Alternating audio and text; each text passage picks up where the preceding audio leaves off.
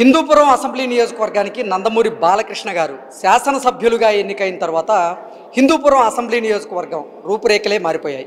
2014 నుంచి ఇప్పటి వరకు హిందూపురం అసెంబ్లీ నియోజకవర్గంలో ఎన్నో అభివృద్ధి కార్యక్రమాలకి నందమూరి బాలకృష్ణ గారు శ్రీకారం చుట్టారు. అందులో భాగంగానే వాటర్ ట్రీట్మెంట్ ప్లాంట్ని 194 కోట్ల రూపాయల వ్యయంతో ఆయన ఏర్పాటు చేయడం జరిగింది. దాని ద్వారా పట్టణ ప్రజలందరికీ కూడా దాహార్తి అయితే తీరుస్తూ ఉన్నారు. అలాగే 24 కోట్ల రూపాయల వ్యయంతో నూతన మార్కెట్ భవనాన్ని అయితే ఆయన నిర్మించారు. ఆ తర్వాత 20 కోట్లతో మాతా శిశు వైద్యశాల నిర్మించడం జరిగింది. దాంట్లోనే డయాలసిస్ సెంటర్ని కూడా ఆయన ఏర్పాటు చేశారు. అలాగే 5 కోట్ల వ్యయంతో పశు సంరక్షణ కోసం పశు వైద్యశాలను కూడా ఆయన నిర్మించడం జరిగింది. ప్రస్తుతం మనం పశు వైద్యశాలలో ఉన్నాం.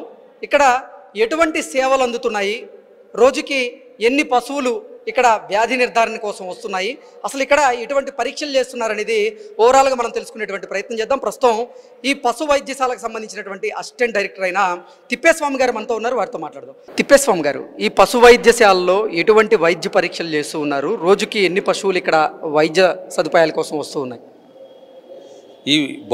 దీన్ని బహువిధ పశు వైద్యశాల అంటాం. దీన్ని వెటర్నరీ పాలిక్లినిక్. ఇది జిల్లాకు ఒకటి ఉంటుంది.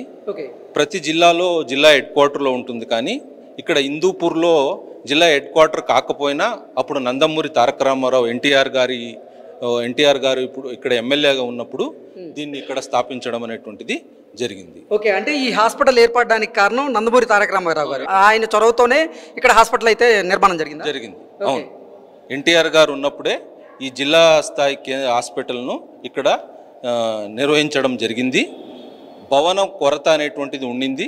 ఆ భవన కొరత అనేటువంటిది 2015లో దీన్ని మన ఎమ్మెల్యే అయినటువంటి గౌరవనీయులైనటువంటి బాలకృష్ణ గారు దీన్ని 2015లో ప్రారంభోత్సవం చేసి 2017కు 5 కోట్ల వ్యయంతో మనకు ఈ పశు వైద్యశాల బిల్డింగ్ అనేటువంటిది పూర్తి స్థాయిలో ఇది నిర్వహణకు మనకు అంకితం చేశారు. ఓకే, ఏంటి ఎటువంటి పశువులకి ఇక్కడ ట్రీట్మెంట్ జరుగుతూ ఉంది, అసలు మొత్తంగా రోజుకి ఎన్ని పశువులు ఇక్కడ వైద్య సదుపాయాల కోసం వస్తూ ఉన్నాయి? ఇది జిల్లా స్థాయి పశు వైద్యశాల కాబట్టి ఇక్కడ ఒక డిప్యూటీ డైరెక్టరు, 2 అసిస్టెంట్ డైరెక్టర్లు, ఒక పశు వైద్య శస్త్రచికిత్సకులు, మిగతా స్టాఫ్ దాదాపు 16 మంది స్టాఫ్ వరకు ఇక్కడ ఉంటారు.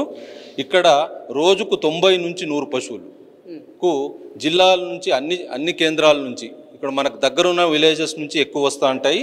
కాకపోతే రెఫరల్ కేసెస్ వేరే మడక్సిర నుంచి కానీ, పెనగొండ నుంచి కానీ, గోరంట్ల నుంచి కానీ శస్త్రచికిత్సకు అవసరం అక్కడ అందుబాటులో లేనటువంటి వైద్యం అంతా కూడా ఇక్కడ జరుగుతుంది. కాబట్టి రైతు సోదరులందరూ ఇక్కడికి తీసుకొని వస్తారు. రోజుకు 80 నుంచి 100 పశువులకు ఇక్కడ ట్రీట్మెంట్ అనేటువంటిది మనం ఇవ్వడం జరుగుతుంది. ఇటువంటి ట్రీట్మెంట్ ఇక్కడ అందుబాటులో ఉంది. ఇది జిల్లా స్థాయి కేంద్రం కాబట్టి మనకు శస్త్రచికిత్సలు, పశువులకు ఆపరేషన్ అనేటువంటిది, ఫ్యామిలీ ప్లానింగ్ ఆపరేషన్స్ కానీ, కుక్కల్లో కానీ పిల్లుల్లో కానీ ఫ్యామిలీ ప్లానింగ్ ఆపరేషన్స్, తర్వాత సిజేరియన్ ఆపరేషన్స్ అనేటువంటివి పెద్ద పశువుల్లోనూ గొర్రెల్లోనూ ఈ సిజేరియన్ ఆపరేషన్స్ అనేటువంటిది కూడా ఇక్కడ నిర్వహించడం జరుగుతుంది. అంటే పశువులకి వ్యాధి నిర్ధారణ పరీక్షలు అయితే చేస్తారా ఇక్కడ? వ్యాధి నిర్ధారణ కేంద్రం కూడా ఇక్కడ ఉంది. ల్యాబ్, ఈ ల్యాబ్ అనేటువంటిది కూడా పూర్తిగా మనకు అందుబాటులో ఉంది. ఈ బిల్డింగ్లోనే ఆ ల్యాబ్ అనేటువంటిది మనకు అందుబాటులో ఉంది. కాబట్టి మనకు వేరే చోట్ల నుంచి తీసుకొచ్చినటువంటి పశువుల శాంపుల్స్, బ్లడ్ శాంపుల్స్ కానీ, పేడ శాంపుల్స్ కానీ, స్కిన్ స్క్రేపింగ్స్ అన్నీ కూడా టెస్ట్ చేసి ఇక్కడ పశువుకి ఏ రకమైనటువంటి వ్యాధులు ఉన్నాయి, వాటికి ఏం ట్రీట్మెంట్ ఇవ్వాలనేటువంటిది కూడా మనము ఇక్కడ నిర్ధారించి ఇవ్వడం జరుగుతుంది. ఓకే, అంటే పశువులకి కావాల్సినటువంటి చికిత్స మీరు ఇక్కడ చేస్తూనే వాటికి కావాల్సినటువంటి మందులను కూడా ఉచితంగా పంపిణీ చేస్తూ ఉన్నారా? మనకు అందుబాటులో ఉన్నటువంటి మందులను ఉచితంగా వాళ్లకు ఇవ్వడం అనేటువంటిది జరుగుతుంది. ఓకే ఓకే అండి, థ్యాంక్ యూ సార్. సో ఓవరాల్గా మనం కనుక చూసుకున్నట్లయితే ఈ పశు వైద్యశాలలో చాలా రకాల పశువులు అయితే ఇక్కడికి వస్తూ ఉంటాయి. ఇక్కడ శస్త్రచికిత్స చేస్తూ ఉంటారు. అలాగే ఈ పశువులకి వ్యాధి నిర్ధారణ చేసేందుకు ఒక ప్రయోగశాలను కూడా ఈ పశు వైద్యశాలలో ఏర్పాటు చేయడం జరిగింది. మొత్తంగా చూసుకున్నట్లయితే 5 కోట్ల రూపాయల వ్యయంతో ఈ హాస్పిటల్ నిర్మాణం అయితే జరిగింది. ఈ హాస్పిటల్లో అధునాతన పరిజ్ఞానంతో కూడినటువంటి కొన్ని ఎక్విప్మెంట్ కూడా ఉన్నాయి. అలాగే ఇందాక మనం చూసుకున్నట్లయితే పిల్లులు కానివ్వండి, కుక్కలకు సంబంధించి కానివ్వండి, అలాగే పశువులకు సంబంధించి అంటే బర్రెలు కానీ ఇతరత్ర పెద్ద పెద్ద పశువులు ఏవైతే ఉన్నాయో వాటికి సంబంధించినటువంటి అన్ని రకాల వైద్య సేవలు అయితే ఈ పశు వైద్యశాల నుంచి అయితే అందిస్తూ ఉన్నారు.